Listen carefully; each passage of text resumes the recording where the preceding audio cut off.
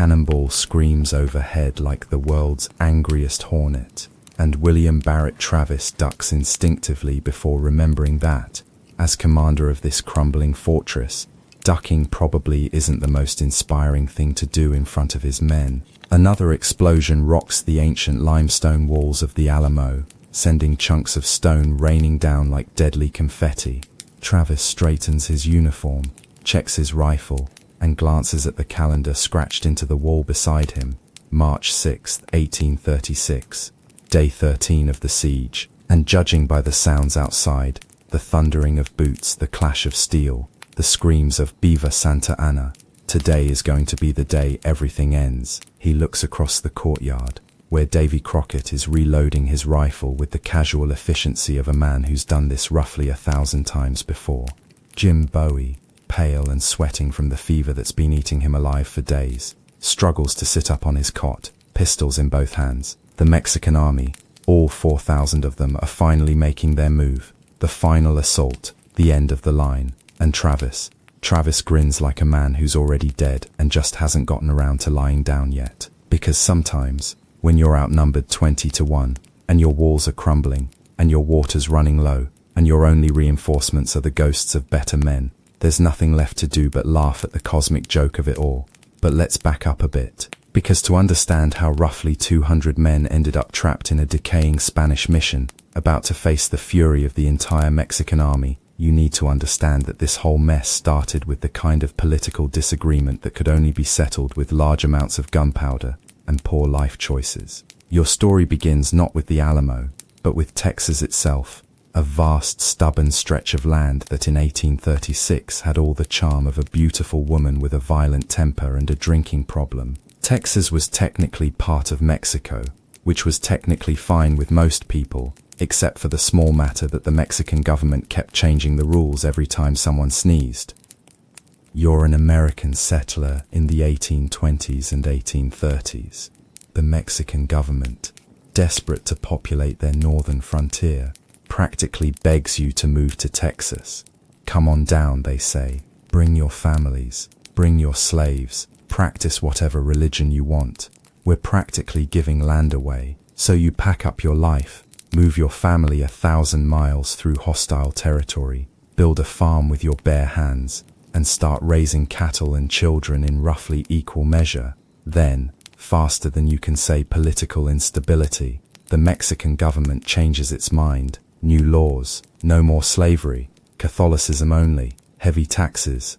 Oh, and all those local officials you've been electing. Yeah, we're replacing them with Mexican appointees who don't speak English and think Americans are basically one step above cattle rustlers. The Texans, being Texans, responded to this the way you'd expect, with the diplomatic equivalent of a middle finger and a declaration of independence. Because if there's one thing Americans in the 1830s were good at, it was taking political disagreements and escalating them into full-scale wars. Enter Antonio López de Santa Anna, the Napoleon of the West, the Eagle of Mexico, and quite possibly the most complicated man in North American history. Santa Anna wasn't just Mexico's president, he was Mexico's everything. General, dictator, self-styled emperor, and the kind of man who could charm a rattlesnake into apologizing for existing. He was also, unfortunately for the Texans, completely and utterly furious about this whole independence nonsense. Santa Anna had put down rebellions before. He'd crushed uprisings in Zacatecas with the efficiency of a man swatting flies. And now these upstart Texans, these ungrateful American colonists, thought they could just waltz away from Mexico. Please, he'd show them what happened to people who defied Antonio López de Santa Anna. He assembled an army, not just any army, the largest military force Mexico had ever sent north. 4,000 seasoned soldiers, artillery, cavalry, engineers, professional troops who'd been fighting rebellions and revolutions since before most Texans had learned to spell independence. Santa Anna didn't just want to defeat the rebellion, he wanted to crush it so thoroughly that the very idea of Texas independence would be remembered as a cautionary tale told around campfires for generations. Meanwhile, the Texans were doing what Texans do best, arguing among themselves about who was in charge. and what exactly they were supposed to do next. Their army, such as it was, consisted of volunteers, militia, and the kind of men who thought proper military discipline was something that happened to other people. They had enthusiasm, they had grievances, and they had more rifles than sense. What they didn't have was time, because Santa Anna was coming north like a hurricane made of steel and gunpowder, and the Texans were scattered across hundreds of miles of frontier, trying to figure out if they were fighting a revolution or just really committed to making very loud political statements. Which brings us to San Antonio de Bexar, a dusty little town on the San Antonio River that had the misfortune of sitting right in the path of Santa Anna's advancing army. And just outside that town, crumbling like a forgotten promise, stood the Alamo. The Alamo wasn't much to look at. Built as a Spanish mission back when the Spaniards thought converting Native Americans was a reasonable career path, it had been abandoned, reoccupied, and repurposed so many times that calling it a fortress was like calling a broken-down barn a cathedral. The walls were limestone and adobe, thick enough to stop a musket ball, but not exactly designed to withstand the kind of artillery Santa Anna was bringing to the party. But it was what the Texans had, and in late February of 1836, as reports came in that Santa Anna's army was marching north like the wrath of God, it became clear that someone was going to have to make a stand. The question was who, and where, and how long they could possibly hold out against odds that made David and Goliath look like a fair fight.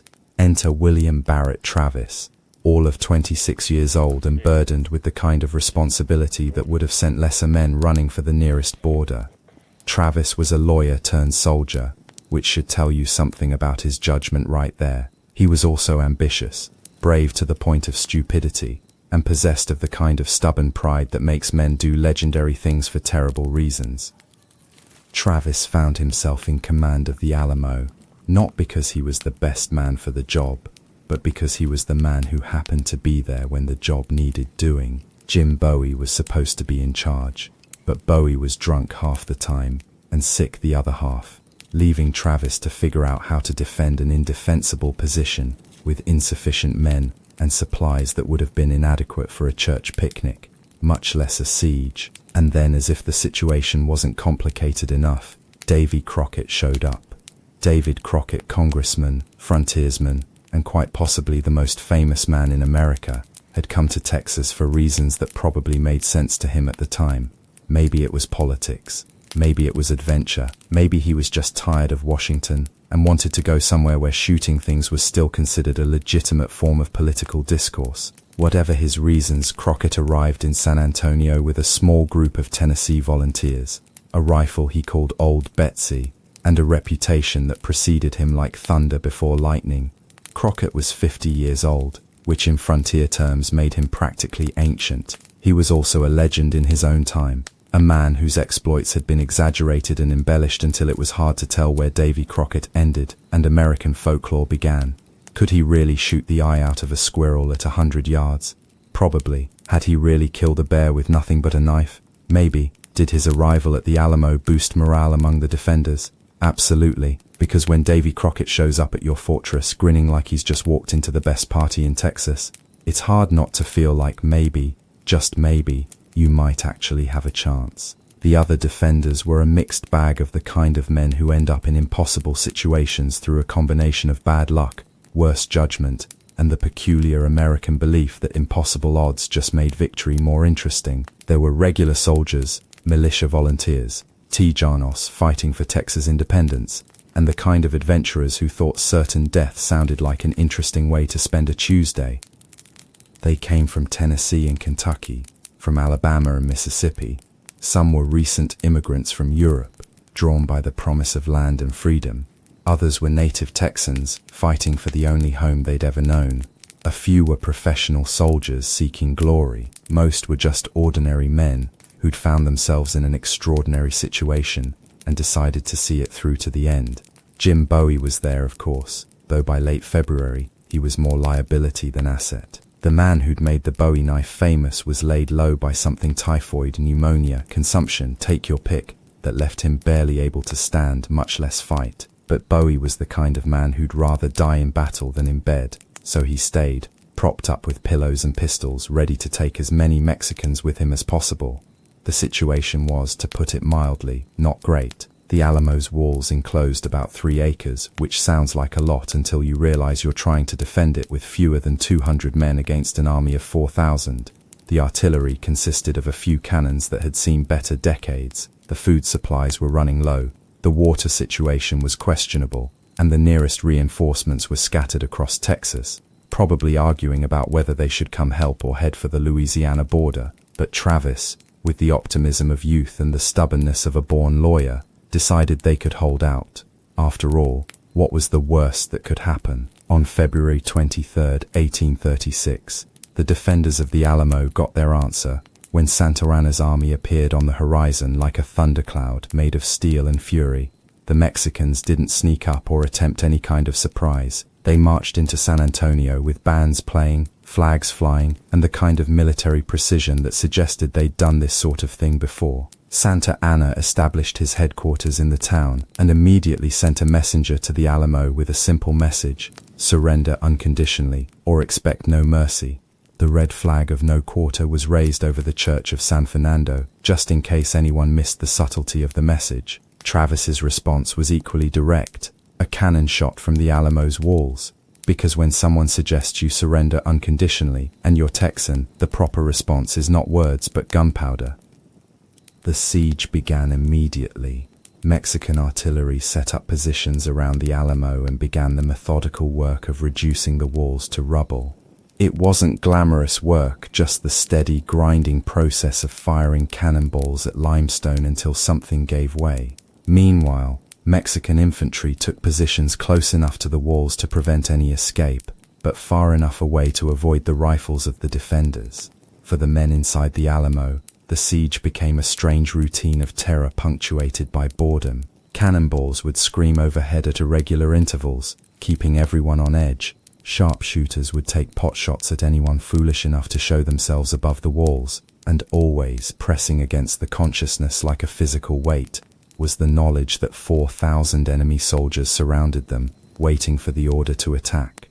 Travis, meanwhile, was writing letters, desperate, eloquent letters to anyone who might send help. His most famous, addressed to the people of Texas and all Americans in the world, became one of the great documents of American heroism, though at the time it was more of a really well-written cry for help. "I am besieged by 1,000 or more of the Mexicans under Santa Anna," Travis wrote, though he was off by about 3,000.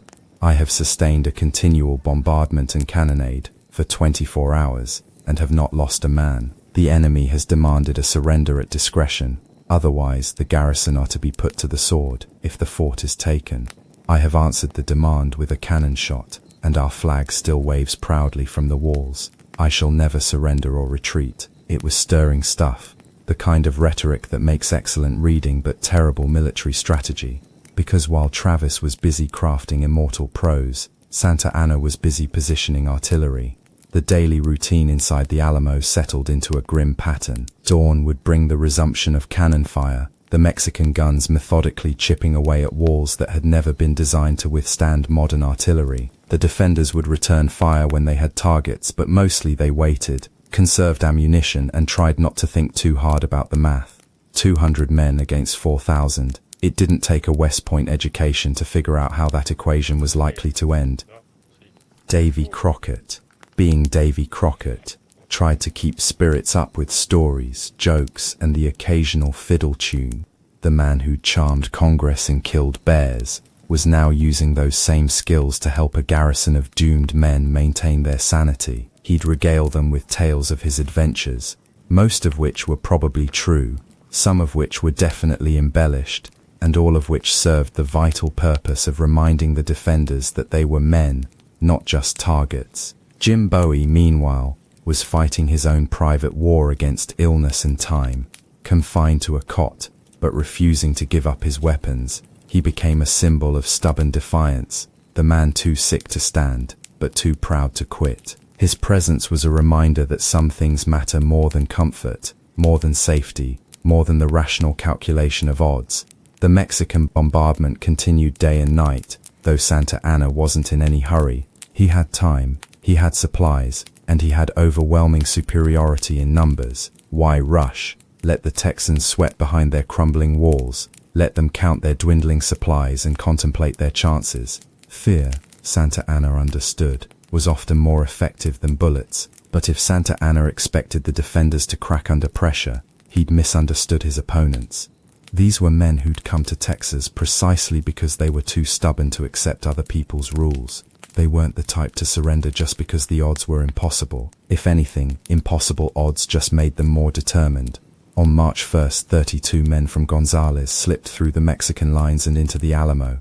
It was the only reinforcement the garrison would receive, and it brought their total strength to fewer than 200 men. But it also brought something more valuable than numbers. Proof that someone out there still cared, still believed the fight was worth fighting. The arrival of the Gonzales volunteers was met with cheers from the defenders, though anyone capable of basic arithmetic could see that 32 men weren't going to change the fundamental equation of the siege.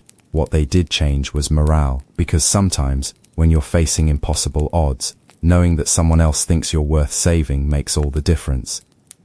Travis continued writing letters, increasingly desperate pleas for assistance that painted the situation in stark terms.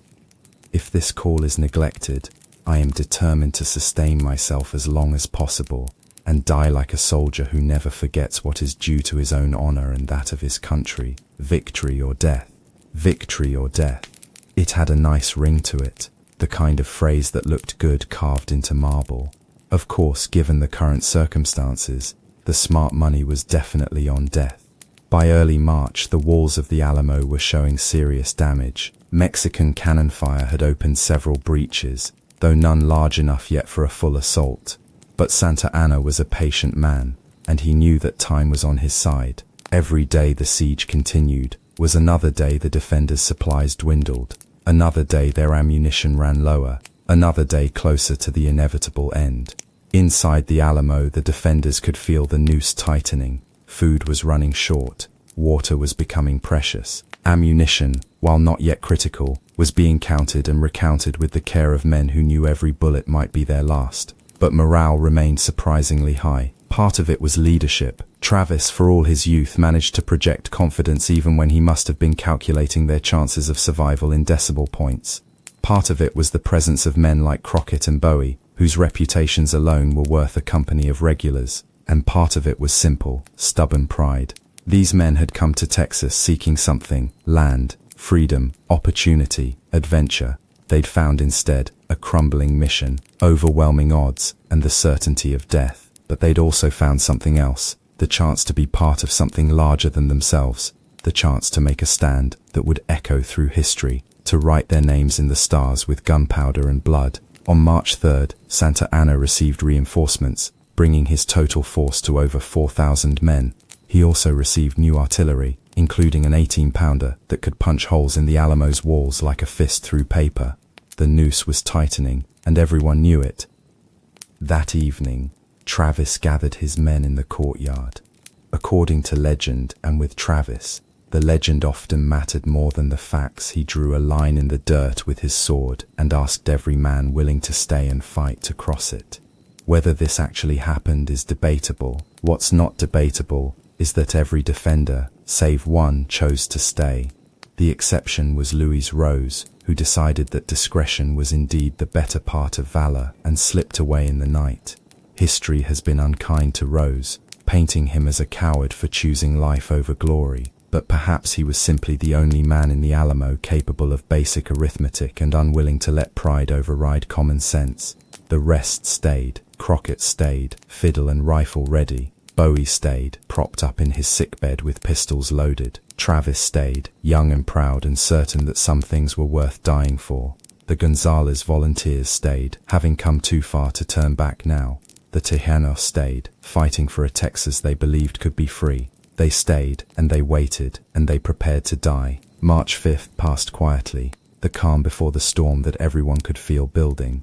Santa Anna had decided the time for patience was over. The walls were damaged enough, the defenders were weakened enough, and frankly, he was tired of this whole affair. Tomorrow, he decided, would see the final assault. The attack was planned for before dawn, when the defenders would be at their lowest ebb, when the darkness would provide cover for the advancing columns, when surprise and overwhelming numbers could carry the day before the Texans had time to properly respond. 4 assault columns would hit the Alamo simultaneously from different directions.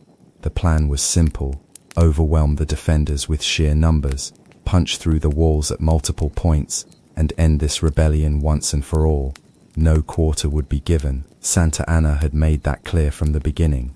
Inside the Alamo, the defenders could sense that something was different. The artillery had stopped, which after 13 days of constant bombardment was almost more unnerving than the explosions had been. The Mexican army seemed restless, like a pack of wolves preparing to charge. Even the wind seemed to be holding its breath. Travis made his final rounds, checking on the artillery positions, ensuring the rifles were loaded, sharing quiet words with men who knew they were living their last hours. Crockett told one final story, something about hunting bears in Tennessee, though his heart didn't seem entirely in it. Bowie lay on his cot, too weak to stand but alert, watching the darkness beyond the walls. At midnight, Santa Anna gave the final order to his commanders. At 4 in the morning, they would attack. No bugle calls, no war cries, just the silent advance of 4,000 men converging on a crumbling mission where fewer than 200 defenders waited for death to come calling. The defenders tried to rest, though sleep was largely impossible. Some prayed, some wrote final letters, some simply sat in the darkness, holding their rifles and listening to the silence that pressed against them like a living thing. At 3:30 in the morning, a sentry on the north wall thought he saw movement in the darkness, shadows that seemed to shift and flow like water. He blinked, strained his eyes, and felt his blood turn to ice. The Mexican army was moving. 4 columns of soldiers, over 1,000 men each, were advancing on the Alamo through the pre-dawn darkness. They came silently, professionally, with the disciplined precision of veteran troops who'd done this before. No talking, no clanking of equipment, just the soft whisper of thousands of feet moving across the Texas earth. The sentry raised his rifle, aimed at the nearest shadow, and fired. The shot echoed across the compound like thunder, and suddenly the night exploded into chaos. The Mexican columns, their surprise ruined, broke into a charge with wild cries of "Viva Santa Anna" and "Viva Mexico." The defenders, jolted from their fitful rest, grabbed their weapons and rushed to the walls. Travis was among the first to respond, racing to the north wall, where the main assault was developing. He could see them now, hundreds of Mexican soldiers charging across the open ground, their bayonets glinting in the starlight like deadly stars. Behind them came more and more, an endless tide of men and steel, converging on the Alamo like fate itself. "Form up," Travis shouted, though his voice was nearly lost in the growing din. "Every man to his position, make them pay for every inch." The first Mexican troops reached the north wall and began scaling ladders they brought in the darkness. The defenders met them with rifle fire, pistol shots, and whatever else came to hand. Men fell on both sides, but for every Mexican soldier shot down, 2 more took his place. Travis himself took position at the north wall, firing his rifle into the mass of attackers below.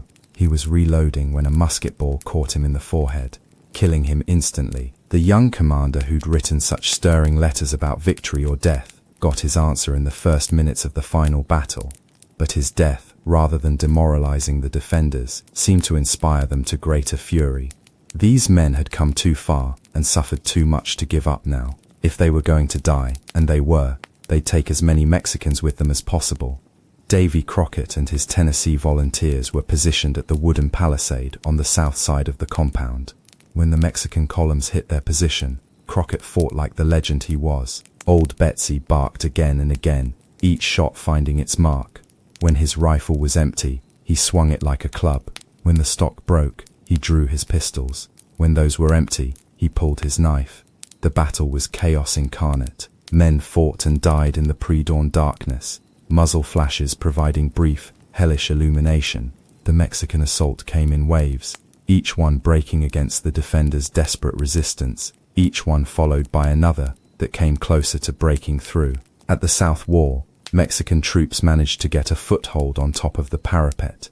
Hand-to-hand fighting ensued, bayonet against knife, rifle butt against sword. The defenders fought with the fury of men who had nothing left to lose, but they were vastly outnumbered, and slowly, inevitably, they were being overwhelmed. The artillery positions were overrun early in the fight. The Mexican troops had been specifically instructed to target the cannons, knowing that the defenders' few pieces of artillery were their most effective weapons. One by one, the guns fell silent as their crews were killed or driven back. Jim Bowie, too weak to stand, met his end on his sickbed.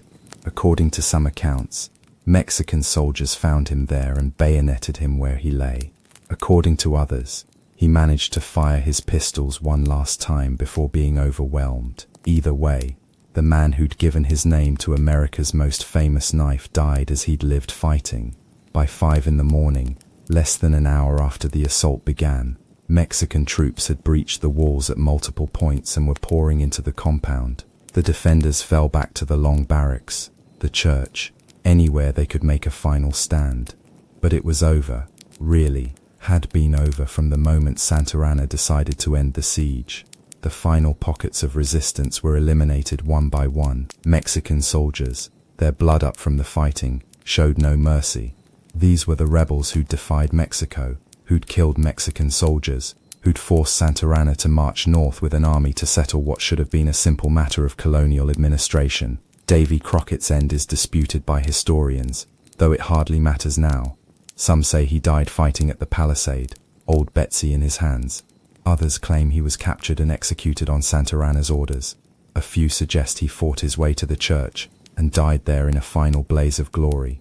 The truth is probably simpler and more brutal. He died like most of the defenders, overwhelmed by superior numbers and the inexorable mathematics of warfare. The Battle of the Alamo lasted perhaps 90 minutes. When the sun rose on March 6, 1836, it illuminated a scene of complete devastation. The compound was littered with bodies, Mexican and Texan alike. The walls were pockmarked with bullet holes and cannon damage. Blood stained the limestone walls and pooled in the sandy courtyard. Of the nearly 200 defenders, not one survived the battle as a combatant. A few non-combatants, women, children, slaves, were spared, largely because Santa Anna wasn't quite the monster his enemies painted him as.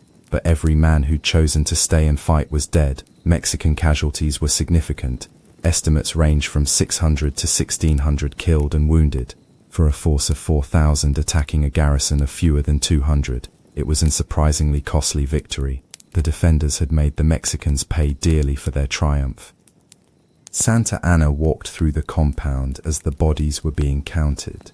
He'd won, decisively and completely. The rebellion in Texas was crushed, or so he thought. The troublesome colonists had been taught a lesson about defying Mexico that wouldn't soon be forgotten. But as the Mexican commander surveyed his victory, he made a crucial miscalculation. He saw the tactical triumph, the fortress taken, the rebels killed, the rebellion crushed. What he didn't see was the strategic disaster he'd just created. Because while the Battle of the Alamo was over, the story of the Alamo was just beginning, and that story would prove far more dangerous to Mexico than any fortress, any army, or any rebellion.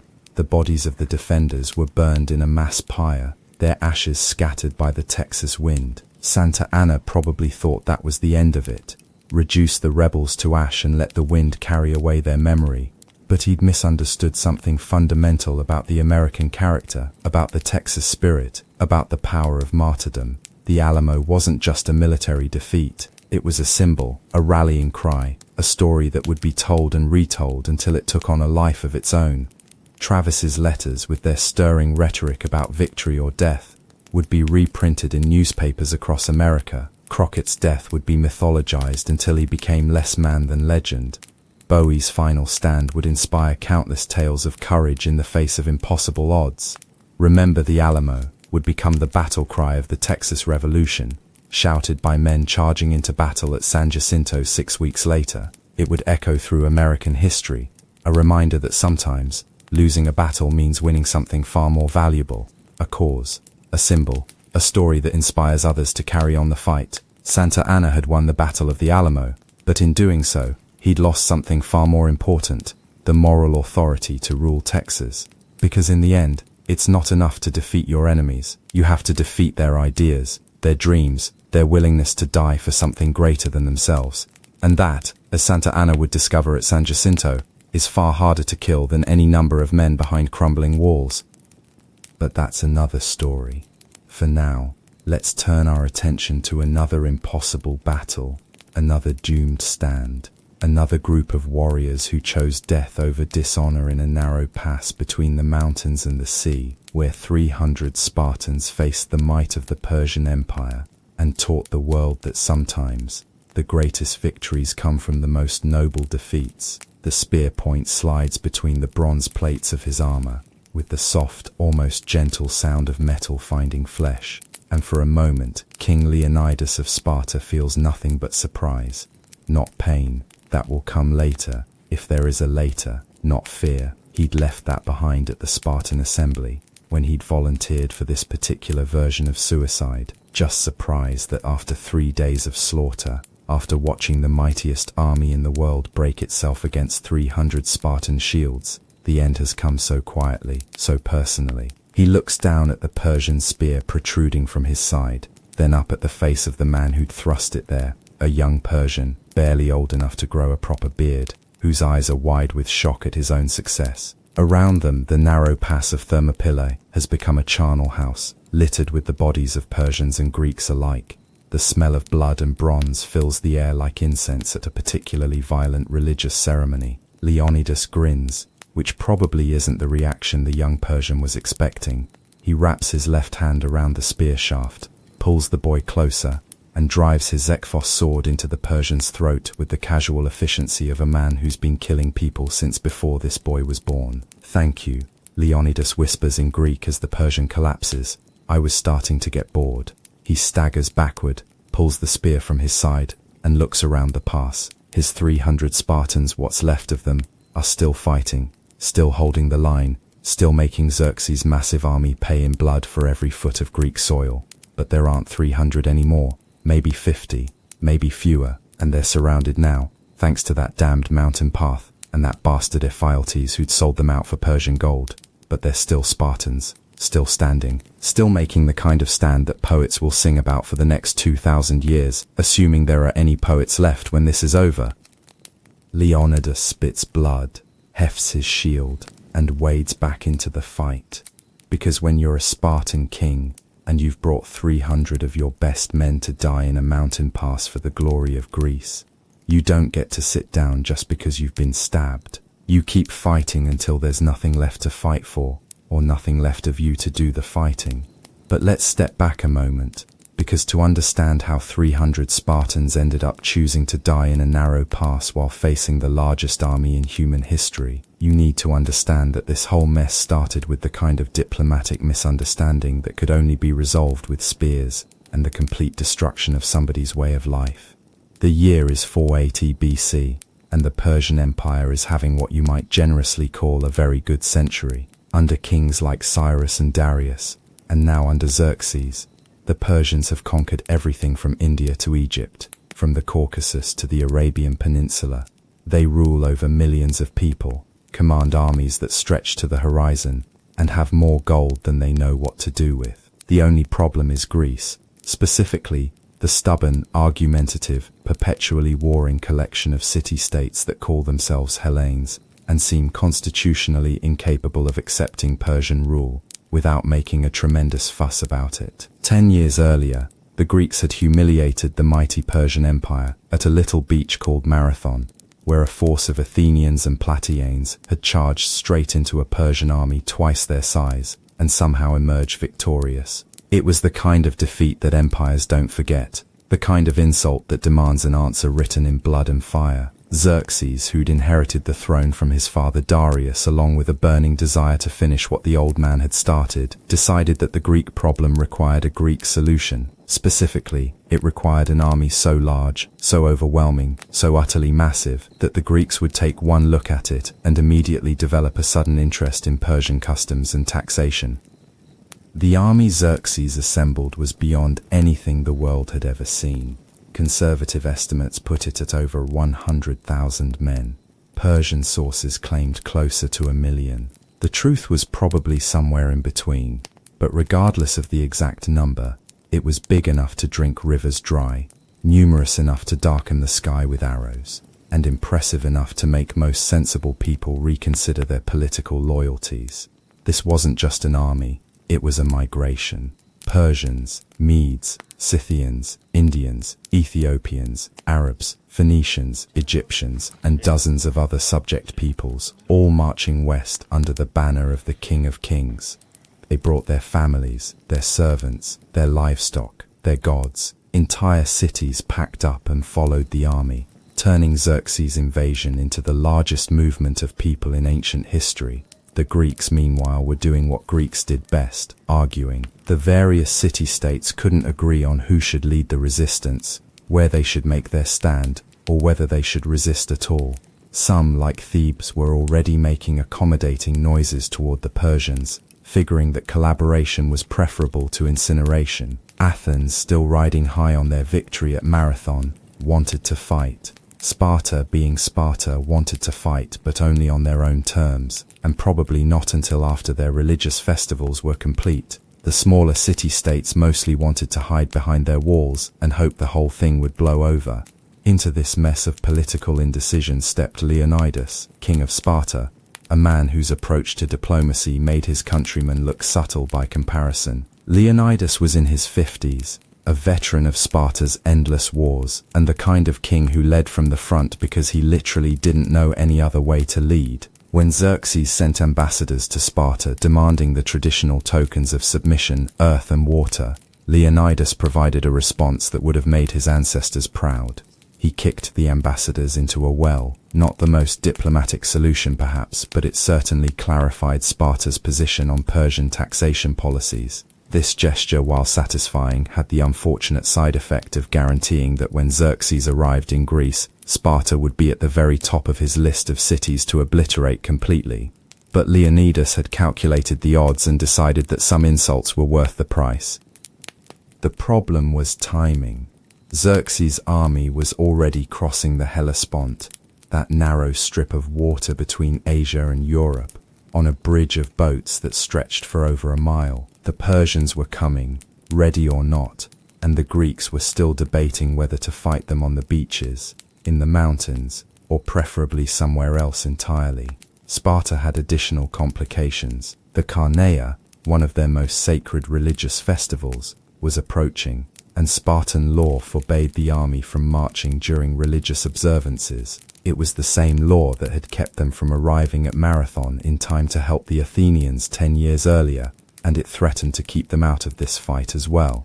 But Leonidas was nothing if not creative when it came to interpreting religious law. He couldn't take the full Spartan army, that would be sacrilege, but he could take his personal bodyguard, 300 men chosen from the royal guard, for what he carefully termed a reconnaissance mission. It was the kind of legal fiction that would have made a Roman lawyer proud. The 300 men Leonidas selected weren't chosen at random. Each was a veteran warrior, a man who'd proven himself in battle and earned his place in the king's guard. More importantly, each was the father of at least one son, ensuring that their bloodlines would continue even if they didn't. Leonidas wasn't planning a reconnaissance mission, he was planning a last stand, and he wanted men who understood the cost. Among these 300 were some of the most famous names in Spartan history. Dienechus, who when told that the Persian arrows would block out the sun, replied that they'd fight in the shade. Alpheus and Maron, twin brothers who competed to see who could kill more Persians. Thuron, who was rumored to have once killed a lion with his bare hands, though he insisted it was a small lion and he'd had help.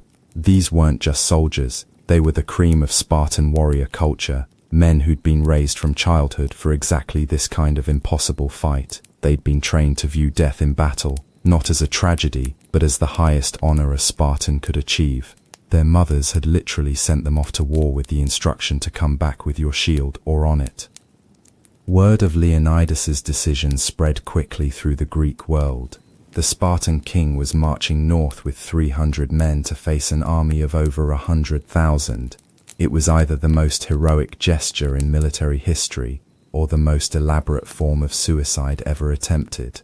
Possibly both. Other Greek cities decided to contribute forces. though their motives were mixed. The Thespians sent 700 men, not because they thought the mission would succeed, but because dying alongside Spartans was considered good for one's reputation. The Thespians sent 400, though their loyalty was questionable at best. Various other cities contributed smaller contingents, bringing the total Greek force to somewhere around 7,000 men. But everyone understood that this was Leonidas's show. The other Greeks were supporting actors in what promised to be either the greatest military disaster or the most glorious last stand in human history. The location Leonidas chose for his stand was perfect for his purposes, which were essentially to make the Persians pay as dearly as possible for the privilege of marching through Greece. Thermopylae, the Hot Gates, was a narrow pass between the mountains and the sea, on the east coast of central Greece. At its narrowest point, the pass was barely wide enough for a cart, which meant that Xerxes' enormous army would be funneled into a space where numbers meant nothing, and individual skill meant everything. It was the kind of battlefield that military theorists dream about, a natural choke point where a small force of disciplined troops could hold off a much larger army indefinitely, assuming they had unlimited supplies, perfect weather, and no enemy forces capable of outflanking them through the mountains. Leonidas, being a practical man, knew that none of those assumptions were likely to hold for very long, but he also knew that wasn't the point. The point was to buy time for the rest of Greece to organize, to show the Persian army that Greeks couldn't be intimidated, and to die in such a spectacular fashion that poets would still be singing about it 2 millennia later. The Spartans arrived at Thermopylae in late August of 480 BC, and immediately set about turning the pass into a killing ground. They repaired and strengthened an old wall that blocked the narrowest part of the pass, creating a bottleneck that would force attacking Persians into a space barely 20 feet wide. Behind this wall, they could fight in the close formation that made Spartan hoplites the most feared infantry in the world. The Spartan phalanx was a thing of beauty, if your definition of beauty included perfectly coordinated violence delivered with Bronze Age technology. Each warrior carried a hoplan shield, a round bronze disc nearly 3 feet in diameter that weighed about 30 pounds. The shields overlapped, creating a bronze wall that was virtually impenetrable to arrows, spears, or anything else the enemy might throw at them. Behind the shield wall, each Spartan carried a dory spear, an 8-foot shaft of ash wood tipped with an iron point designed to punch through armor and flesh with equal efficiency. When the spear broke, and spears always broke, each warrior had a Zikphos sword, a short leaf-shaped blade perfect for the close-quarters butchery that defined ancient warfare.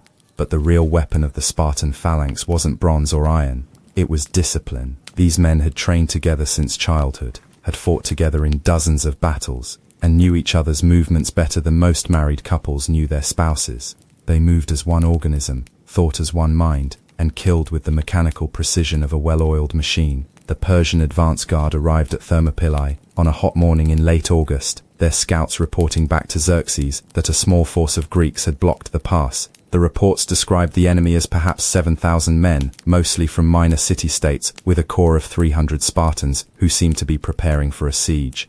Xerxes, who'd been expecting immediate submission followed by a triumphant march through Greece, was more puzzled than concerned. 7,000 men against his vast army. It was hardly worth stopping for.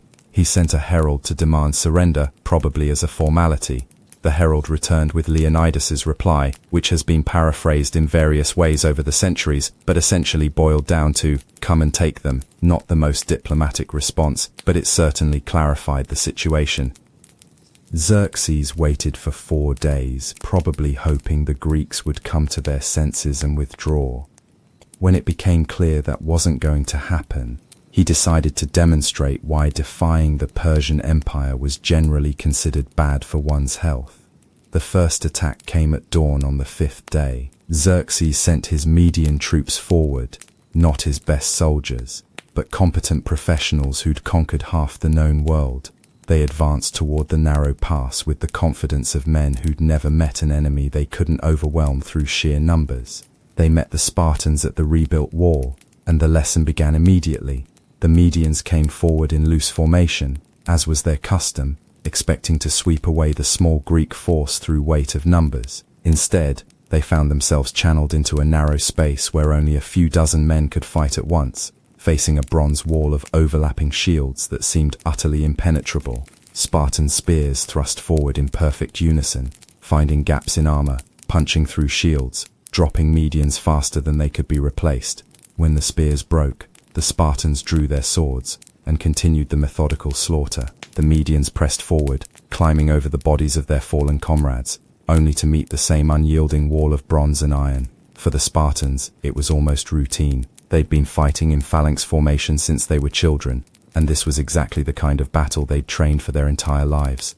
The enemy came forward, the spears went out, the enemy died. Repeat as necessary.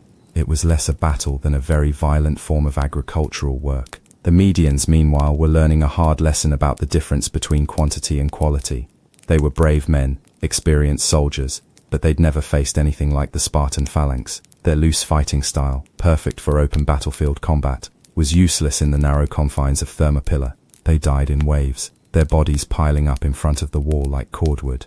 By midday, the Median assault had collapsed completely. Thousands of dead and wounded Persians littered the pass, while the Greek casualties could be counted on one hand. Xerxes, watching from a hill overlooking the battlefield, was forced to confront an uncomfortable truth. His vast army was being held up by fewer than 300 Spartans and a collection of Greek militiamen.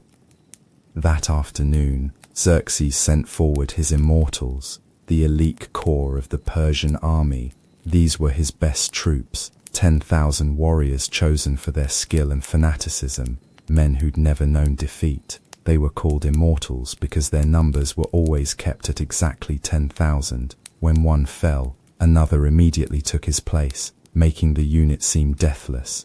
The immortals were confident as they advanced toward the narrow pass. They'd broken armies, conquered nations, and never met an enemy they couldn't defeat.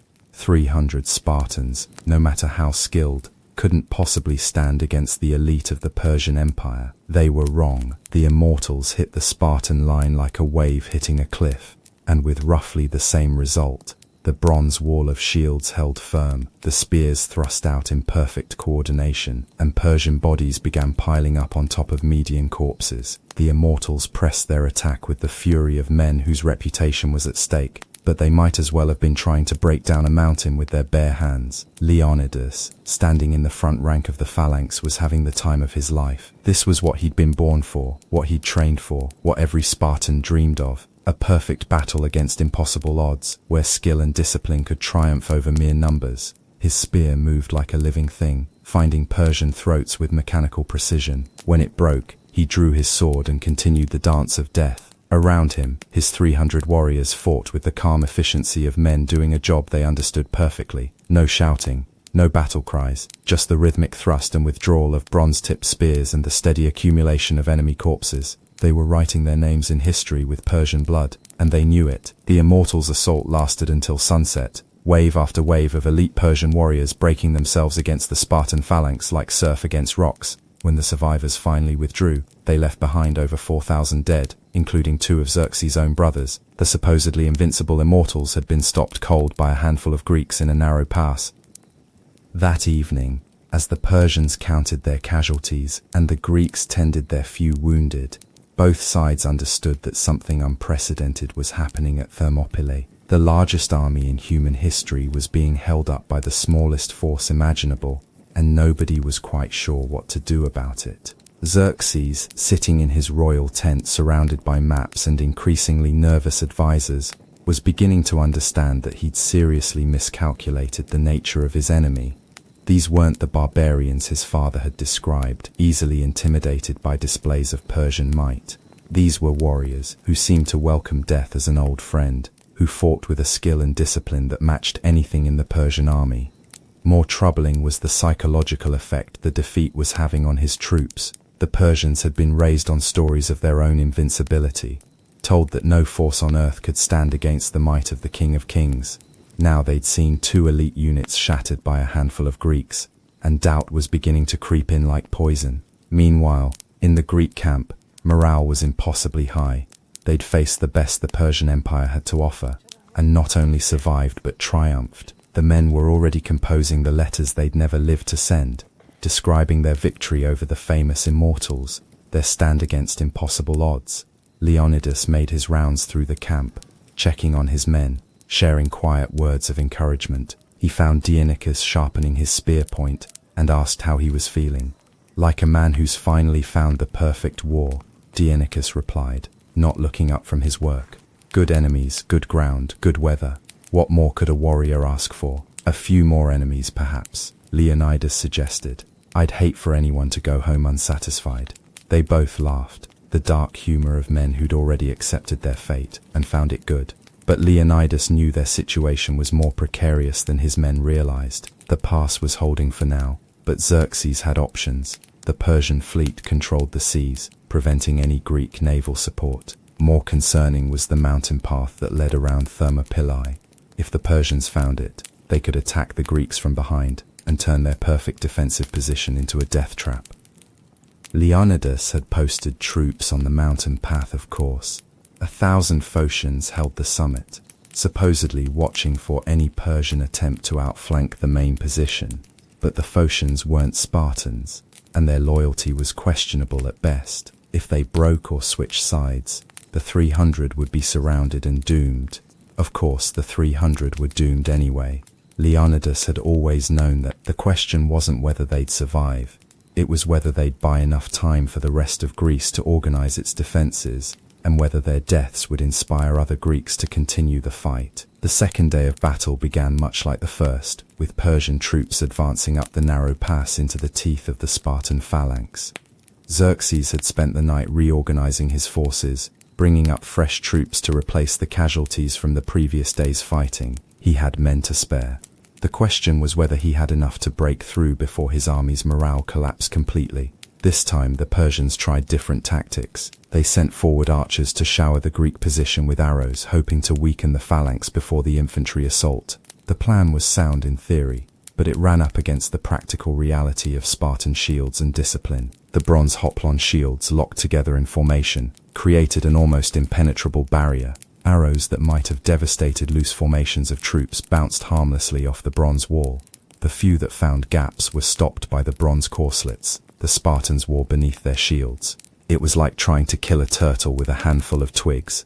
Dienicus, watching the arrows fall around them like deadly rain, turned to his shieldmate and grinned. "Well," he said, "at least we'll fight in the shade." The infantry assault that followed the arrow storm met the same fate as the previous day's attacks. Fresh Persian troops, eager to wash away the shame of their predecessors' defeat, charged up the narrow pass only to meet the same bronze wall, the same disciplined spears, the same methodical slaughter. But this time Leonidas had a surprise for them. Just as the Persian assault reached its peak, the Spartans suddenly broke formation and began to retreat, running back down the pass as if in panic. The Persians, sensing victory at last, pursued with wild cries of triumph. Finally, the invincible Spartans were breaking. Finally, the pass would be cleared. It was exactly what Leonidas had hoped they'd think. The retreat was a feint, a calculated maneuver designed to draw the Persians away from the narrow section of the pass where their numbers counted for nothing. As the pursuing Persians spread out in the wider section of the pass, confident of victory, the Spartans suddenly turned and reformed their phalanx. Now the Persians found themselves trapped in a wider space with Spartans on one side, the sea on another, and their own reinforcements blocking their retreat. The hunters had become the hunted, and the slaughter that followed was even more devastating than the previous day's fighting. Persian troops, caught in loose formation and unable to organize properly, were cut down like wheat before the scythe. The Spartan phalanx advanced steadily, pushing the Persians back, trampling over the bodies of the fallen, leaving a trail of carnage that stretched for hundreds of yards. By the time the surviving Persians managed to retreat to safety, they'd lost another 3,000 men, while inflicting perhaps a dozen casualties on the Greeks. The mathematics of the battle were becoming impossible to ignore. At this rate, Xerxes would run out of soldiers before the Spartans ran out of spears. That evening, as reports of the day's casualties reached Xerxes' tent, the King of Kings was forced to confront a possibility he'd never seriously considered, that his invasion of Greece might actually fail. Not through Greek strength, he still commanded overwhelming superiority in numbers, but through Persian weakness. His men were losing confidence, his generals were running out of ideas, and every day that passed without breaking through at Thermopylae was another day for the Greeks to organize their defenses. It was then that salvation appeared in the form of a Greek traitor named Ephialtes. Ephialtes was a local man, a Malian, who knew the mountain paths around Thermopylae like most men knew their own homes. He also knew that the Persians were offering generous rewards for useful information, and he had information that would be very useful indeed. There was, Ephialtes told the Persian commanders, a path through the mountains that led around Thermopylae entirely. It was narrow, difficult, known only to local shepherds and hunters, but a determined force could use it to get behind the Greek position, attack them from the rear, and turn their impregnable defense into a hopeless trap. Xerxes listened to Ephialtes' proposal with growing excitement. Here, finally, was a way to break the deadlock without feeding more of his irreplaceable elite troops into the meat grinder of the narrow pass. He immediately ordered Hydarnes, commander of the Immortals, to take a strong force through the mountain path and attack the Greeks from behind. The plan was perfect. By dawn, the Greeks would be surrounded, their defensive advantage negated, their small numbers finally made to tell. The 300 Spartans who'd humiliated the Persian Empire would be crushed between two forces, and the invasion could finally continue. There was just one problem. Leonidas knew the path existed. Of course he knew. The Spartan king might have been many things: stubborn, violent, prone to making grand gestures that ended in death. But he wasn't stupid. He'd scouted the area thoroughly before choosing his defensive position, and he'd posted the Phocian troops on the mountain path, specifically to guard against the kind of flanking maneuver Ephialtes was now proposing. What Leonidas didn't know was whether the Phocians would hold when the moment came. They weren't Spartans after all.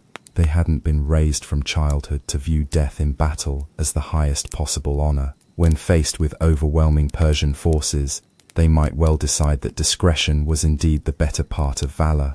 On the night of the second day, as Hydarnes led his force of immortals up the mountain path, Leonidas stood at the wall watching the stars and calculating odds. Even if the Phocians held, even if the mountain path remained blocked, he knew his time was running short.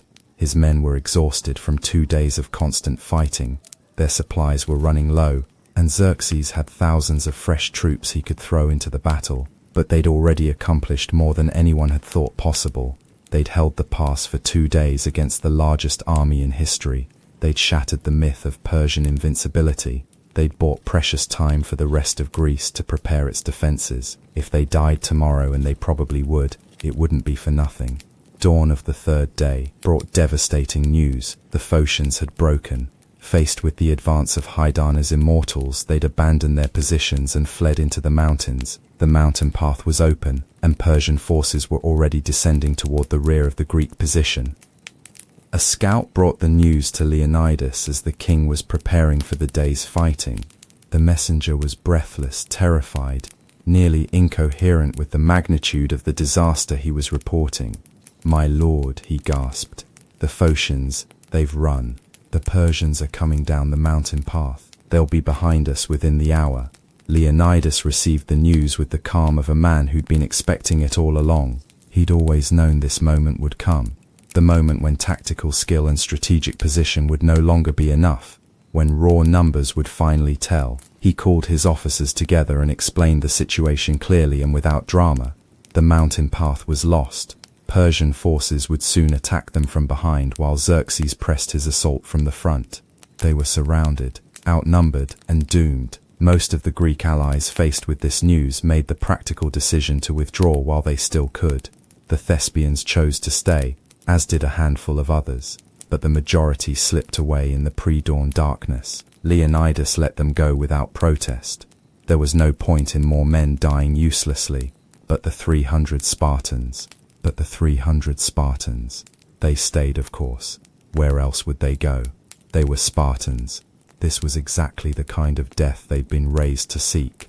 As the sun rose on the third day of battle, Leonidas gathered his remaining men, perhaps 300 Spartans, 700 Thespians and a few dozen others, and prepared for the final act of their drama. "Well, boys," he said, his voice carrying clearly in the morning air, "it looks like we'll be dining in Hades tonight." The men laughed. They actually laughed. Because when you're a Spartan, and you've been raised from childhood to believe that death in battle is the highest honor possible, the prospect of dying gloriously against impossible odds isn't tragic. It's the culmination of everything you've lived for. The final battle of Thermopylae began when Persian forces attacked from both directions simultaneously. Xerxes pressed his assault from the front, while Hydarnes struck from behind, catching the Greeks in a lethal vice. But if the Persians expected the surrounded Greeks to collapse quickly, they'd seriously underestimated their opponents. The Spartans formed a circular phalanx, shields facing outward, and continued to fight with the same disciplined ferocity that had marked the previous 2 days. Only now there was an added dimension to their fighting, the fury of men who knew they were writing the final chapter of their lives and were determined to make it memorable. They fought not just with skill, but with a kind of joyous abandon, the liberation that comes when you've accepted the inevitable and decided to embrace it completely. Leonidas himself seemed to be everywhere at once, his bronze armor flashing in the morning sun as he moved through the melee like a god of war. His spear took Persian lives with mechanical precision until it shattered against a Persian shield. He drew his sword and continued the dance, cutting down enemies with the casual efficiency of a farmer harvesting grain. Around him his 300 fought with the same deadly grace. Dienicus, true to his word, was fighting in the shade. The sky was dark with Persian arrows, but the Spartans seemed untouchable, moving through the storm of bronze and iron like men protected by divine favor. Of course, divine favor only goes so far when you're outnumbered 50 to 1. One by one the Spartans began to fall, not to individual combat.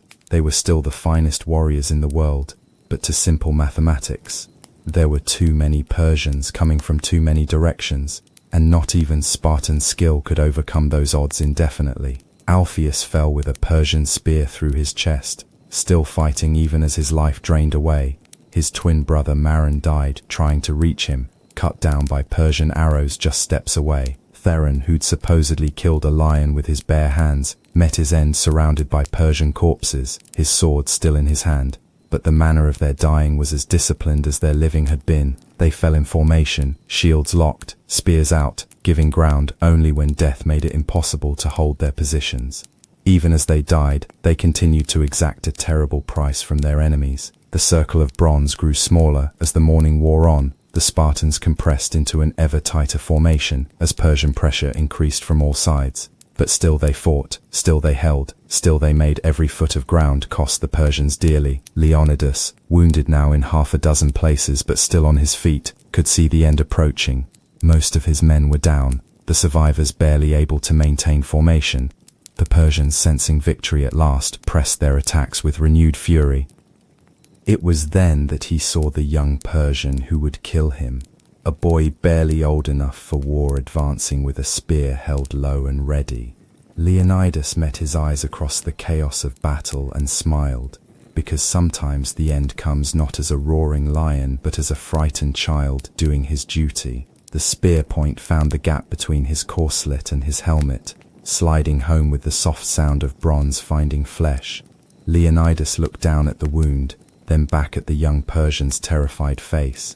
"Well done, boy," he said in Greek, then drove his Xyphos into the Persian's throat. As the young warrior collapsed, Leonidas staggered backward, pulling the spear from his side. Around him the last of his 300 were falling, overwhelmed at last by sheer numbers. The bronze circle was broken, the line was failing, and the pass was lost. But they'd held for 3 days, 3 impossible, glorious, legendary days against the might of the Persian Empire. They'd shown the world that Persians could be beaten, that numbers weren't everything, that sometimes a small group of determined men could change the course of history through sheer bloody-minded refusal to give up. Leonidas raised his sword one final time, spat blood, and charged into the mass of Persian troops surrounding him. Because when you're the king of Sparta, you don't get to die quietly. You die the way you've lived, fighting, standing, making the enemy pay for every breath. The Persian spears found him quickly, multiple wounds that would have dropped a lesser man. But Leonidas was Spartan-born, Spartan-raised, and he kept fighting even as his life drained away. When his sword arm failed, he used his left. When both arms were useless, he used his teeth. He died on his feet, surrounded by enemy corpses, his bronze armor shattered, but his spirit unbroken.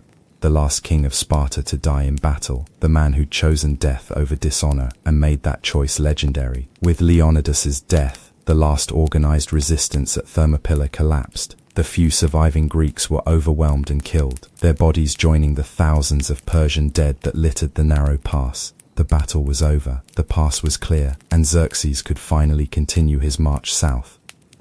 But as the Persian king walked through the aftermath of the battle, surveying the carnage his victory had cost, he began to understand that he'd won something far more expensive than he'd anticipated. His army had lost over 20,000 men in 3 days of fighting, elite troops, irreplaceable veterans, the cream of his military machine. More importantly, he'd lost something harder to quantify, but infinitely more valuable: the aura of invincibility that had been the Persian Empire's greatest weapon.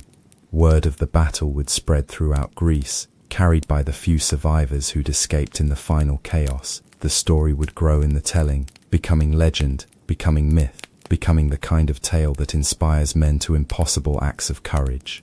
"Remember Thermopylae" would become the battle cry of Greek resistance, shouted by Athenian sailors at Salamis, by Spartan warriors at Plataea, by every Greek who faced Persian steel in the years to come. The 300 hadn't just died for Greece, they'd given Greece something to die for, a symbol of courage and sacrifice that would outlive the men who'd created it.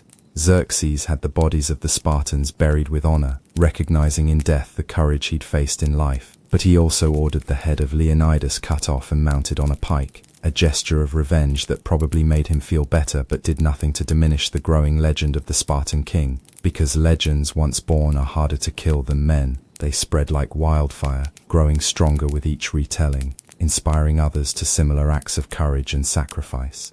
The Battle of Thermopylae was over, but the story of Thermopylae was just beginning. As Xerxes' army continued its march south, leaving behind the narrow pass where 300 Spartans had taught the world that some things are worth dying for, the Persian king began to discover that military victories and strategic defeats can sometimes be the same thing. At Salamis, the Greek fleet would smash his navy, inspired by the example of Spartan courage at Thermopylae. At Plataea, a Greek army would destroy the cream of his land forces, fighting with the fury of men who remembered the 300.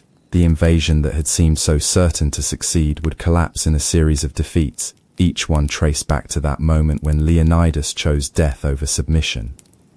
The Persian Empire would survive, of course.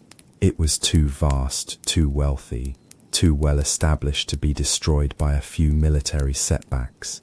But it would never again seem invincible, never again inspire the kind of terror that had made conquest seem inevitable. And in the narrow pass of Thermopylae, where 300 Spartans had made their final stand, a simple stone monument would mark the spot where they fell.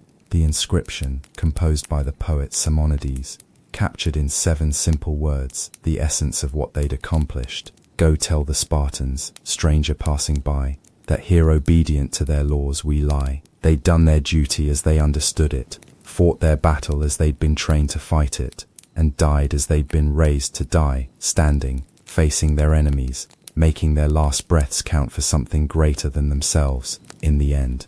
That's what both battles, the Alamo and Thermopylae, teach us about the nature of courage and sacrifice. Sometimes the greatest victories come from the most complete defeats. Sometimes losing a battle means winning something far more valuable, a cause, a symbol, a story that inspires others to carry on the fight.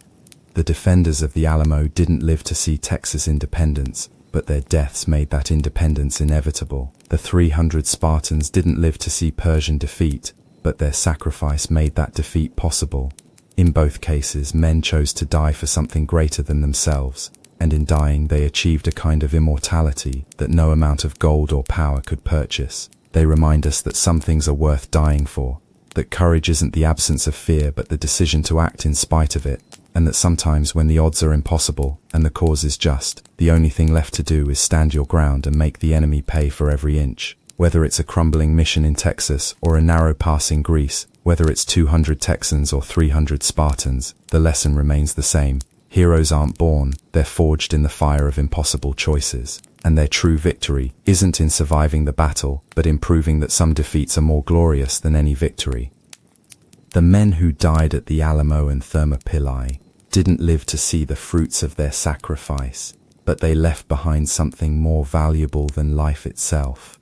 Proof that ordinary men, faced with extraordinary circumstances, can choose to become legendary, and in choosing that path, they light the way for all who come after, showing that courage is contagious, that honor is immortal, and that sometimes the most important battles are the ones you're certain to lose. In the end, that may be the greatest lesson of all, that the measure of a man isn't whether he wins or loses, but whether he stands when standing costs everything, fights when fighting seems hopeless, and dies in such a way that his death gives meaning to other men's lives. Travis and Leonidas, Crockett and Dienekis, Bowie and the 300, they all understood this truth, and in understanding it, they achieved something that no amount of gold or power could buy.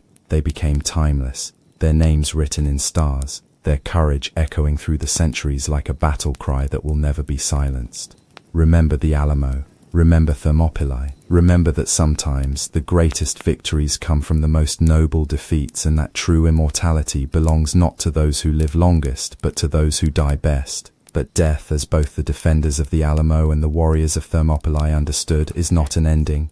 It's a transformation. The physical men may fall, their bodies may be burned or buried, but their spirits become something far more dangerous to their enemies.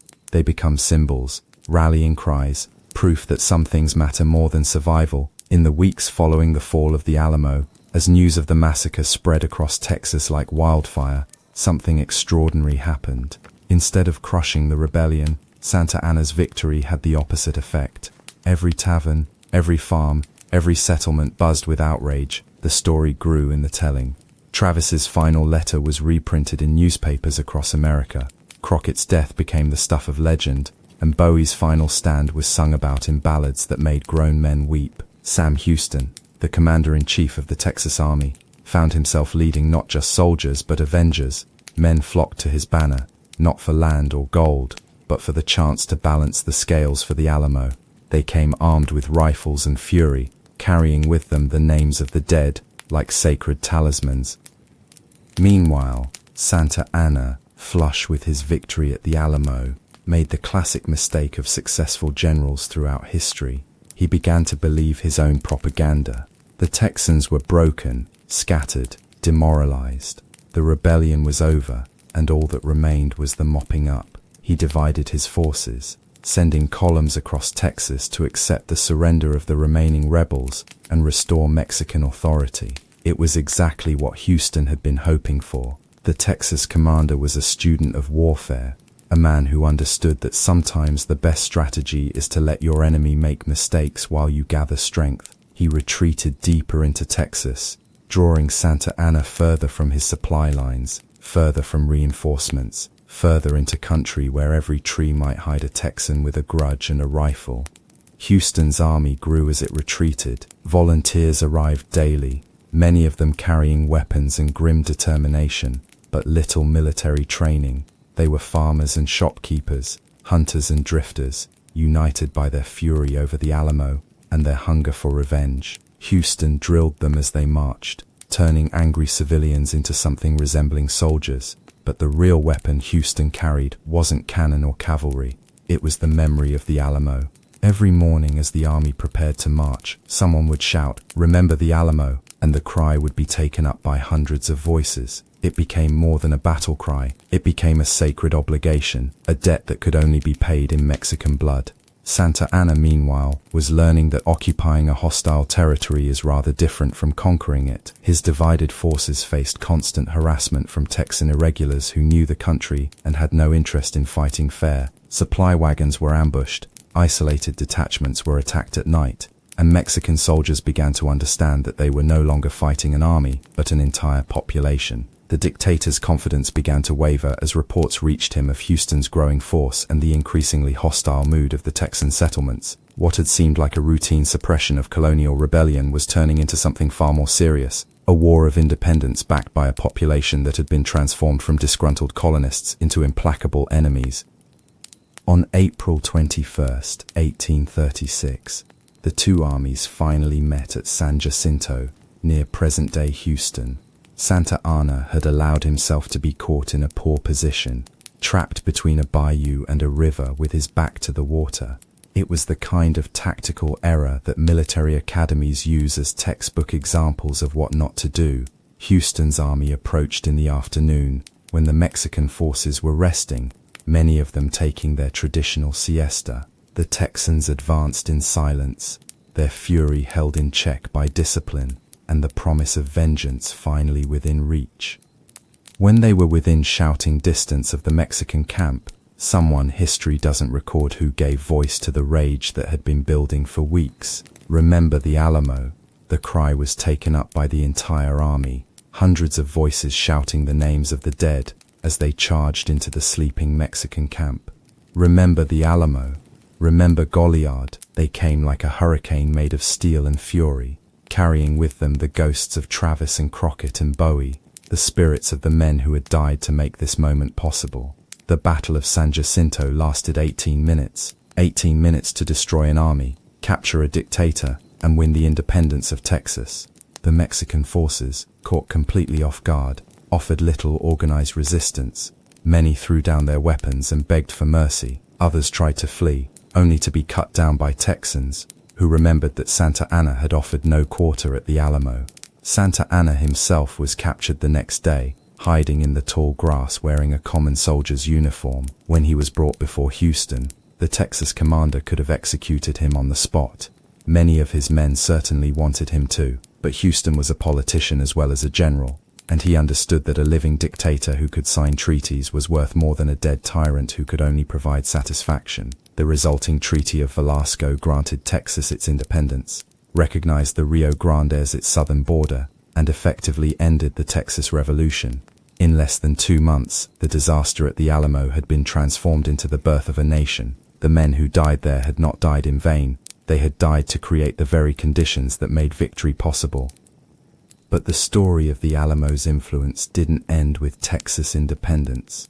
The legend that had inspired the victory at San Jacinto continued to grow, spreading far beyond the borders of the new republic. In newspapers and books, in songs and speeches, the tale was told and retold until it became part of the American myth. Davy Crockett, already famous in life, became truly legendary in death. Stories of his final stand grew more elaborate, with each telling he'd killed dozens of Mexicans, fought with a broken rifle as a club, gone down swinging even as the enemy overwhelmed him. Whether these tales were true mattered less than what they represented.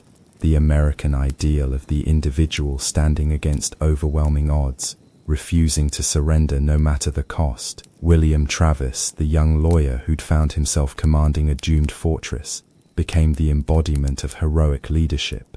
His final letter, with its stirring declaration of victory or death, was memorized by schoolchildren and quoted by politicians. In death, he achieved the kind of immortality that no amount of legal success could have provided. Jim Bowie, the knife fighter turned landowner, became a symbol of frontier toughness, the man too stubborn to die quietly, even when laid low by disease. His name lived on, not just in the weapon he'd made famous, but in the image of American resilience, the refusal to give up even when the body fails. The Alamo itself was transformed from a crumbling mission into a shrine, a place of pilgrimage for those who wanted to understand what courage looked like when tested to its limits. Visitors came to stand where heroes had fallen, to touch the walls that had witnessed such extraordinary sacrifice, to feel some connection to the men who had chosen death over dishonor. But perhaps the most important legacy of the Alamo was the lesson it taught about the power of sacrifice to transform defeat into victory. The men who died there had lost their battle but won their war, had failed tactically but succeeded strategically, had given up their lives to give birth to something greater than themselves. Similarly, at Thermopylae, the sacrifice of the 300 had consequences that rippled across the ancient world for generations. The immediate aftermath of the battle saw Xerxes continuing his march south, his massive army finally free to advance into the heart of Greece, but the price he'd paid for that freedom would prove costlier than he could have imagined. The Greek city-states, inspired by the example of Spartan courage, found new resolve to resist the Persian invasion. Athens evacuated its population and prepared to fight from its ships, Sparta mobilized its full army, no longer constrained by religious festivals or political hesitation. The smaller states, many of which had been wavering in their loyalty, threw their lot in with Greek independence rather than Persian submission. At Salamis, the Greek fleet smashed Xerxes' navy in a battle that showed the world that Persian power was not invincible. Athenian triremes, manned by crews fighting for their freedom, outmaneuvered the larger Persian vessels in the narrow straits. The battle cry, "Remember Thermopylae," echoed across the water as Greek rams shattered Persian hulls and sent the King of Kings' ships to the bottom of the Aegean. Xerxes, watching his fleet burn from a throne set up on the shore, finally understood the magnitude of his strategic error. The 300 Spartans he'd killed at such great cost had given Greece something more valuable than any fortress or army. They'd given it hope, unity, and an unshakable belief that the Persians could be beaten. The Persian king began his retreat that very night, leaving behind a substantial army under his general Mardonius, but taking with him the bulk of his forces, and more importantly, his aura of invincibility. The massive invasion that had seemed certain to succeed was already beginning to unravel, victim of the same forces that had been set in motion by 300 men dying well in a narrow mountain pass. The following year at Plataea, a combined Greek army would complete the destruction of Persian power in Europe. The battle cry, "Remember Thermopylae," would ring across that field as well, as Greek hoplites charged into the Persian ranks with the fury of men avenging their heroes. Mardonius himself would die in that battle, along with the cream of the Persian army, ending forever the dream of Persian dominion over Greece. But the influence of Thermopylae extended far beyond military victories. The story of the 300 became a cornerstone of Western civilization's understanding of courage, duty, and sacrifice. In Athens, Simonides composed his famous epitaph, "Go tell the Spartans, stranger passing by, that here obedient to their laws we lie." The simple words captured something essential about the Spartan sacrifice. They had died not for personal glory, but out of duty to their city and their way of life. The tale spread throughout the Greek world and beyond, becoming a standard against which all future acts of courage would be measured. Roman historians wrote of Thermopylae with awe, recognizing in the Spartan sacrifice something that spoke to their own values of duty and honor. The story became part of the classical education that shaped Western thought for over 1,000 years. In medieval Europe, knights and nobles saw in Leonidas and his 300 a model of chivalric behavior, the willingness to die for one's lord, one's faith, one's honor. The story was retold in countless forms, each generation finding in it something that spoke to their own struggles and aspirations. But perhaps most importantly, Thermopylae became a symbol of the eternal struggle between freedom and tyranny, between the individual and the state, between the many and the few. Whenever small groups faced overwhelming odds in defense of their principles, the example of the 300 was invoked.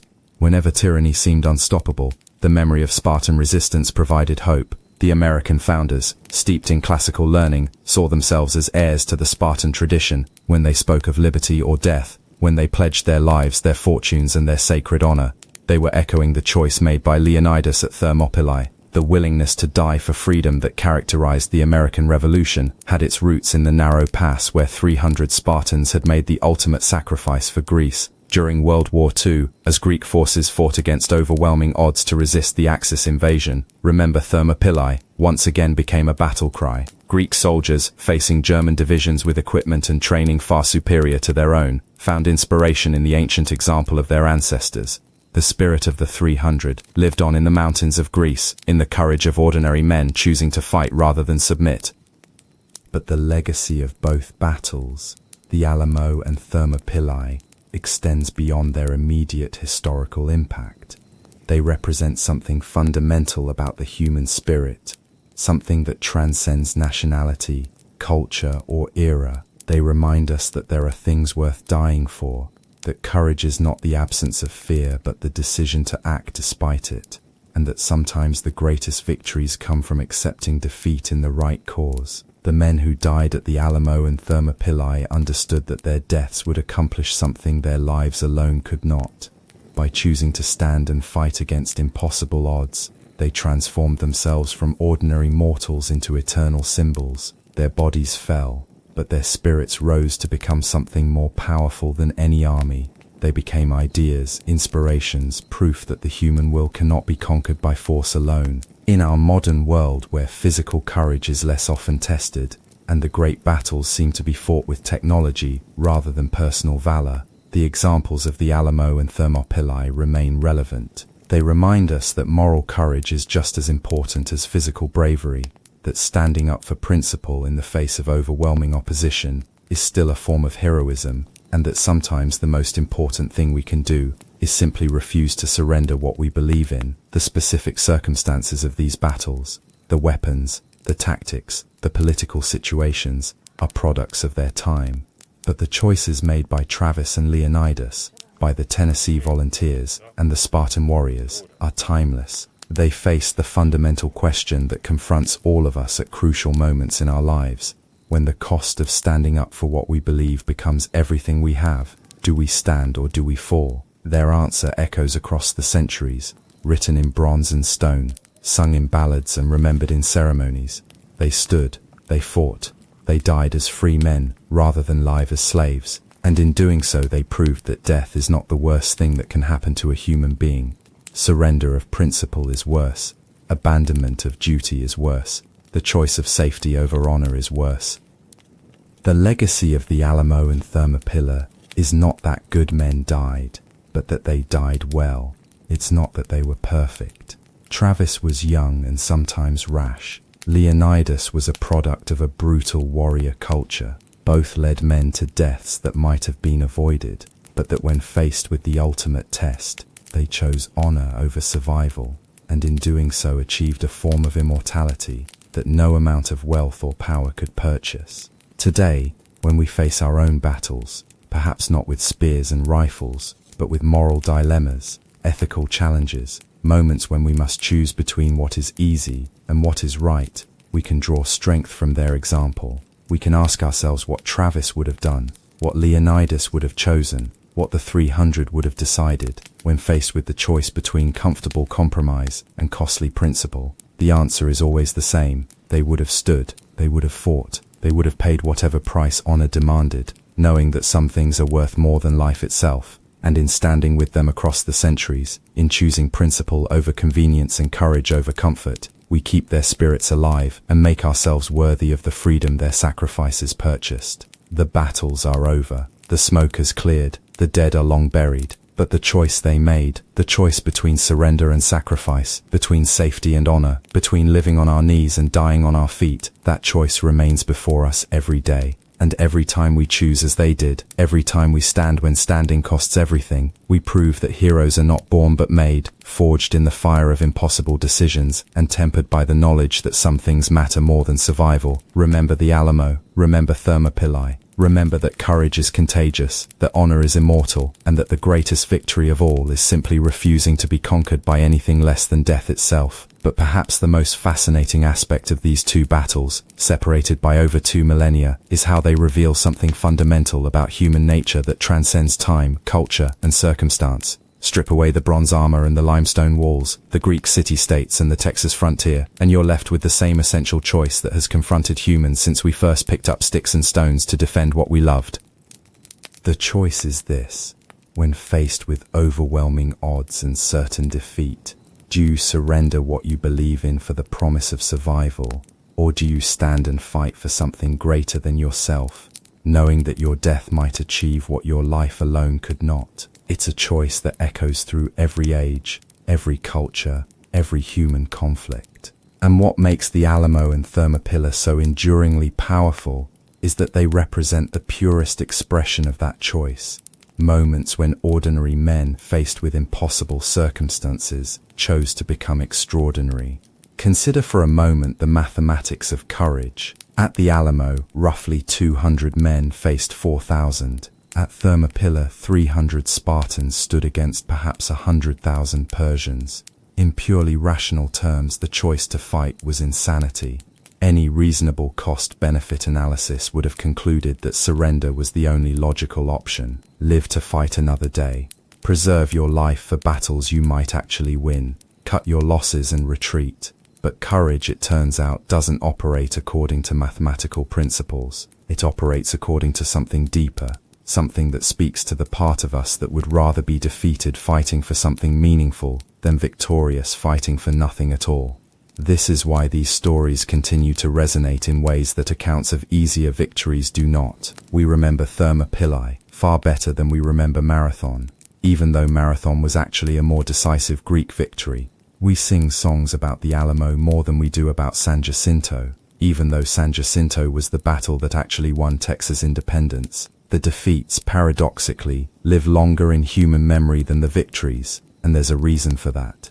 Victory can be achieved through superior numbers, better equipment, favorable circumstances, or simple luck, but choosing to fight when you know you cannot win, that requires something rarer and more precious. It requires the kind of moral courage that transforms ordinary people into legends. Travis writing his final letter by candlelight, knowing that no help was coming but writing anyway, because some things need to be said even if they'll never be heard.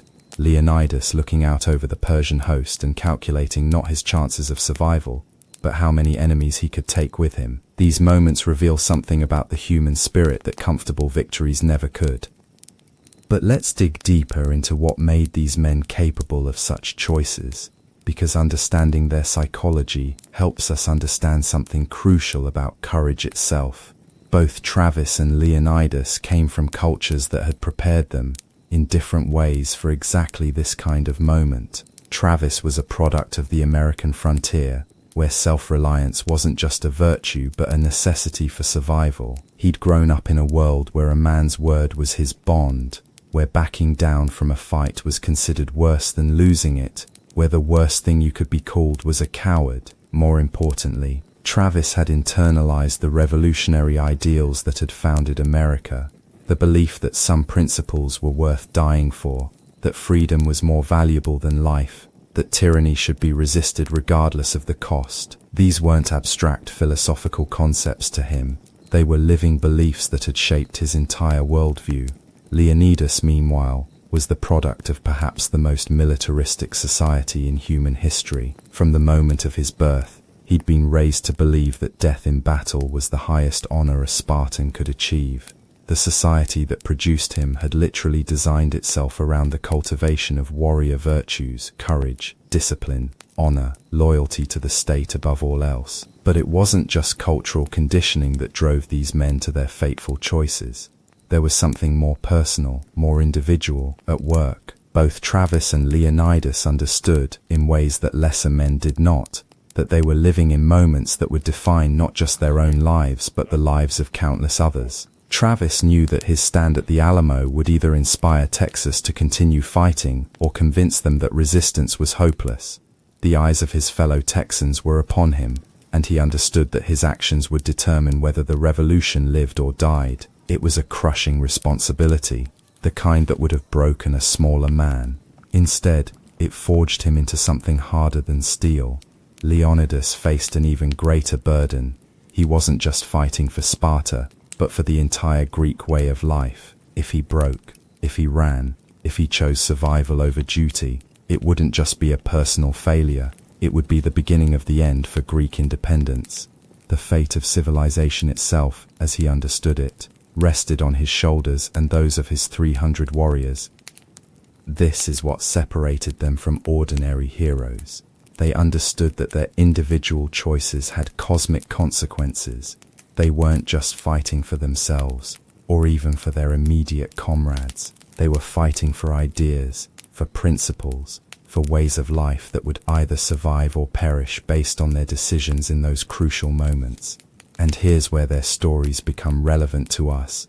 Living as we do in an age when such clear-cut moral choices seem rare, we may not face Persian armies or Mexican battalions, but we all face moments when we must choose between what is easy and what is right, between what is profitable and what is principled, between what is safe and what is necessary. The executive who discovers his company is covering up environmental damage, the police officer who witnesses corruption among his colleagues, the teacher who's asked to pass failing students to improve statistics, the journalist who's pressured to bury an important story, the soldier who's ordered to do something that violates the laws of war.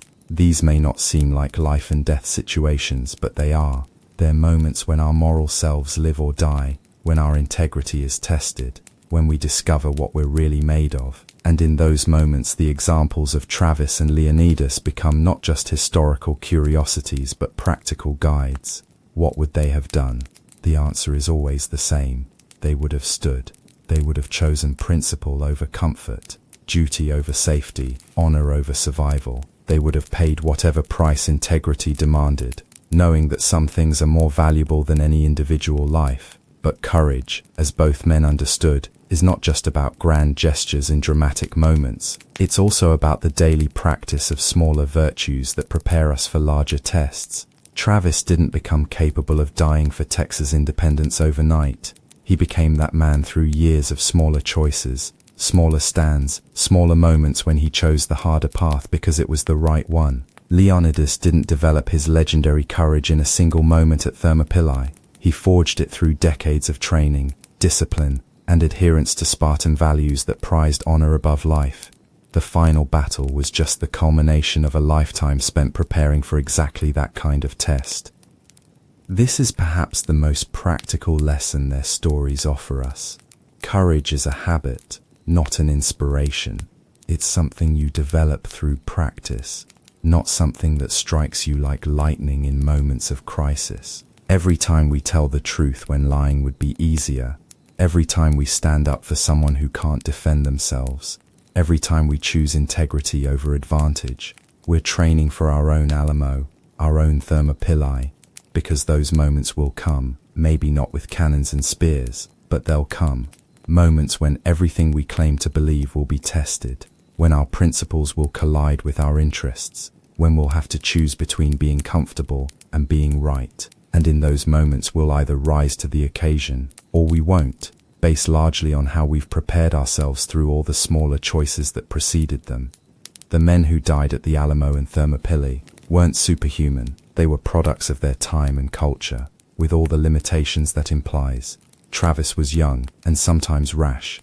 Leonidas was part of a society that valued military prowess above almost everything else, including basic human compassion. The Spartans, for all their courage, built their society on the backs of enslaved helots. The Texas revolutionaries, for all their talk of freedom, included many who fought to preserve the right to own other human beings. These were flawed men from flawed societies, and their stories don't become less powerful because of those flaws. They become more relevant, because if courage was only possible for perfect people, in perfect causes, it would be rare indeed. The reality is that courage often emerges from imperfect people fighting for imperfect causes, doing the best they can with the understanding they have. What made Travis and Leonidas heroic wasn't their perfection, but their willingness to pay the ultimate price for what they believed in, even knowing that their beliefs might be incomplete or their causes might be flawed. They chose to stand for something rather than nothing, to die for an ideal rather than live for mere survival, and that choice, the choice to matter, to stand for something, to refuse to be conquered by anything less than death itself, remains available to all of us. We may not face armies, but we face choices. We may not hold fortresses, but we hold principles. We may not command soldiers, but we command ourselves.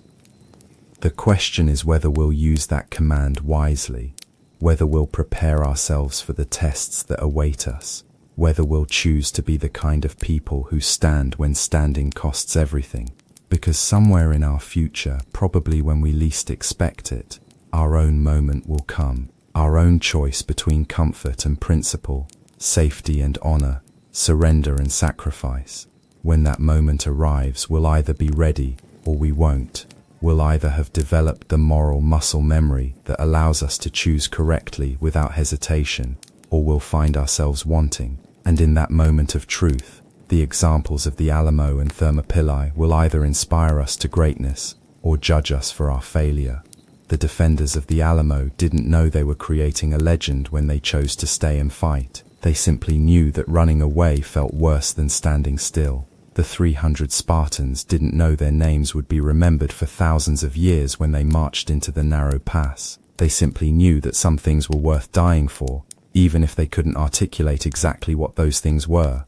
But in choosing to stand, in refusing to be conquered by fear or convenience or the simple mathematics of survival, they became something more than human. They became symbols, inspirations, proof that ordinary people can choose to become extraordinary when the moment demands it. Their legacy isn't that they were perfect, it's that they were present. Present for their own lives, present for their principles, present for the moment when everything they claimed to believe was put to the ultimate test. They showed up for themselves and for history, and in doing so, they earned the right to be remembered not just as men who died, but as men who lived fully, completely, without reservation or regret.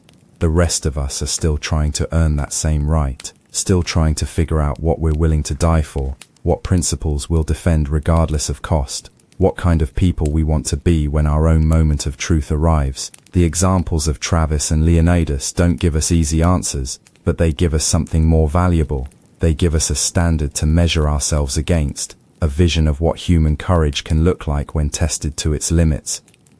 They remind us that heroes aren't born but made, forged in the fire of impossible choices, and tempered by the knowledge that some things matter more than comfort, more than safety, more than life itself. They show us that the greatest victory isn't surviving the battle, but fighting it in such a way that your spirit becomes indestructible, your example becomes timeless, and your courage becomes contagious across the centuries. In the end, that may be the most important legacy of the Alamo and Thermopylae. They prove that individual human beings, faced with overwhelming odds and certain defeat, can still choose to matter.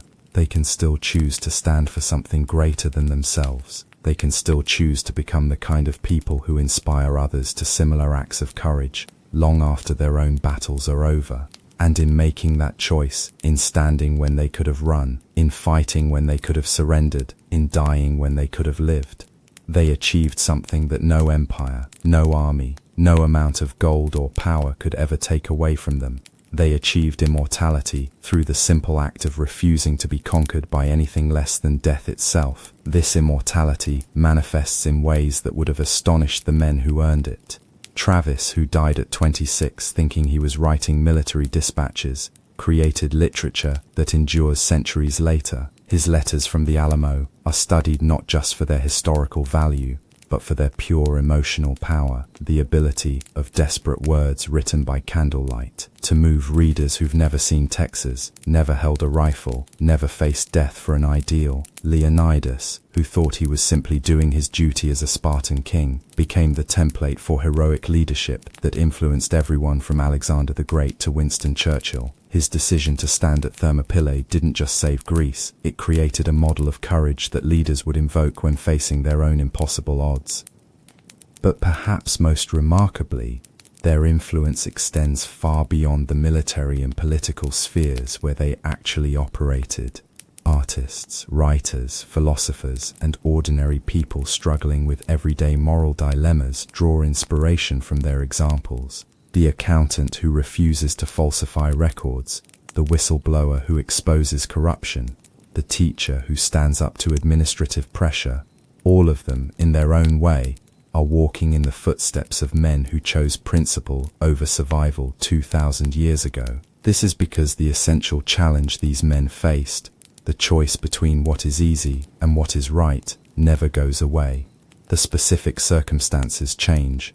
The stakes may seem smaller, but the fundamental test remains the same. Every generation faces its own Alamo, its own Thermopylae, its own moment when individuals must decide what they're willing to sacrifice for what they believe. Consider the civil rights workers who faced lynch mobs in the American South, drawing strength from the knowledge that others had faced worse odds for freedom. Think of the dissidents who challenged totalitarian regimes behind the Iron Curtain, finding courage in the example of men who'd stood against tyranny when the cost was everything. Remember the firefighters who climbed the stairs of the World Trade Center on September 11th, acting with the same calm professionalism that Travis showed on the walls of the Alamo. Trumpeted that they were part of a tradition of courage that stretches back through history, connecting every person who's ever chosen duty over safety, principle over profit, honor over survival. They were part of the same story that began when the first human being decided that some things were worth dying for. And here's what makes that tradition so powerful. It's self-perpetuating. Every act of genuine courage inspires others, creates ripples that spread far beyond the original moment. The men who died at the Alamo inspired the victory at San Jacinto. The 300 Spartans inspired the victories at Salamis and Plataea. And those victories in turn inspired countless others throughout history to stand up when standing up seemed impossible. This is why the mathematics of courage don't follow normal rules. In conventional terms, losing 200 men at the Alamo was a disaster that weakened the Texas cause. But in terms of inspiration and moral authority, those deaths strengthened the cause immeasurably. They transformed a political rebellion into a sacred crusade, giving the surviving Texans something worth dying for that was bigger than land disputes or tax policy. Similarly, the loss of the 300 at Thermopylae should have demoralized the Greek resistance. Instead, it galvanized it. The Spartan sacrifice became proof that the Persians could be fought, that their vast numbers weren't enough to guarantee victory, that courage and discipline could overcome mere material superiority. This principle that moral victories can be more powerful than military ones has been proven repeatedly throughout history.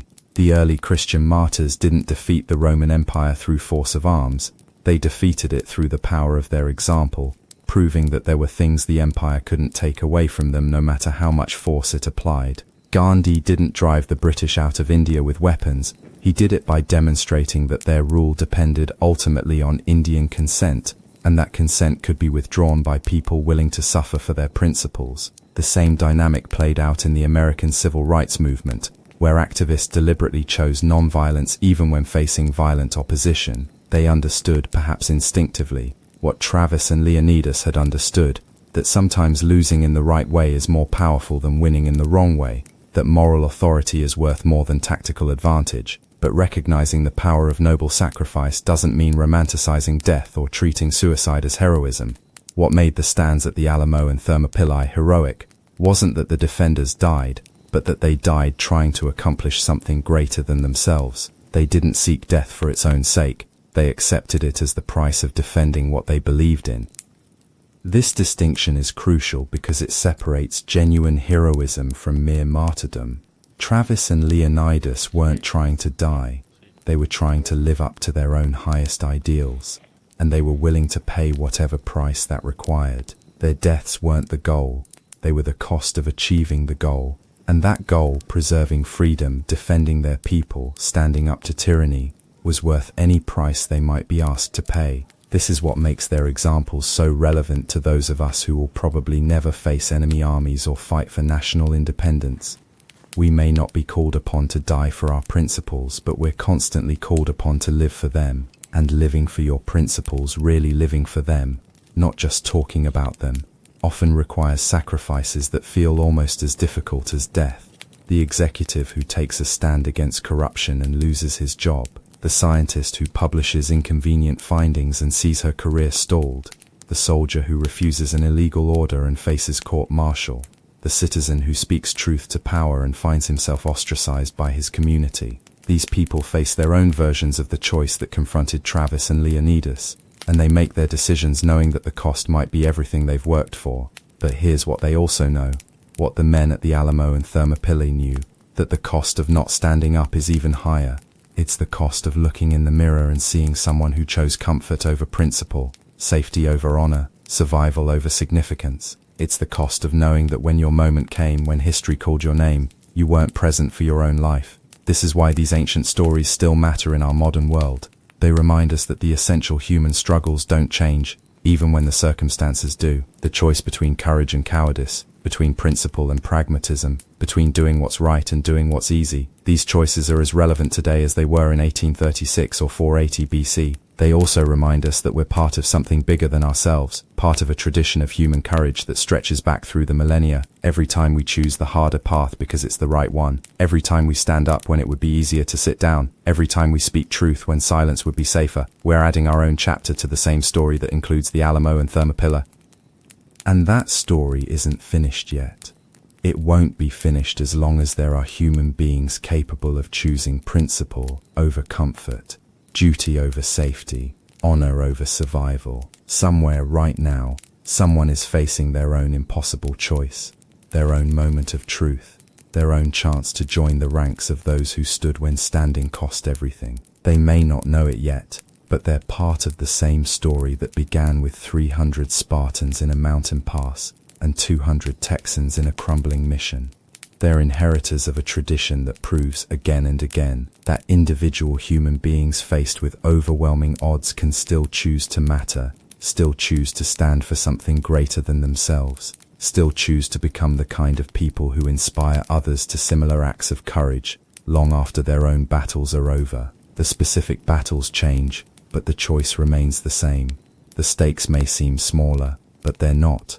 They're just different, because every time someone chooses courage over cowardice, principle over pragmatism, honor over survival, they're fighting the same battle that was fought at the Alamo and Thermopylae. They're proving that the human spirit cannot be conquered by anything less than death itself, and sometimes not even then. In the end, this may be the most important lesson of all, that heroism isn't about being superhuman, and it's not about facing armies or fighting for nations. It's about being fully human in moments when being human is difficult, about choosing to live up to our highest ideals when those ideals demand everything we have to give.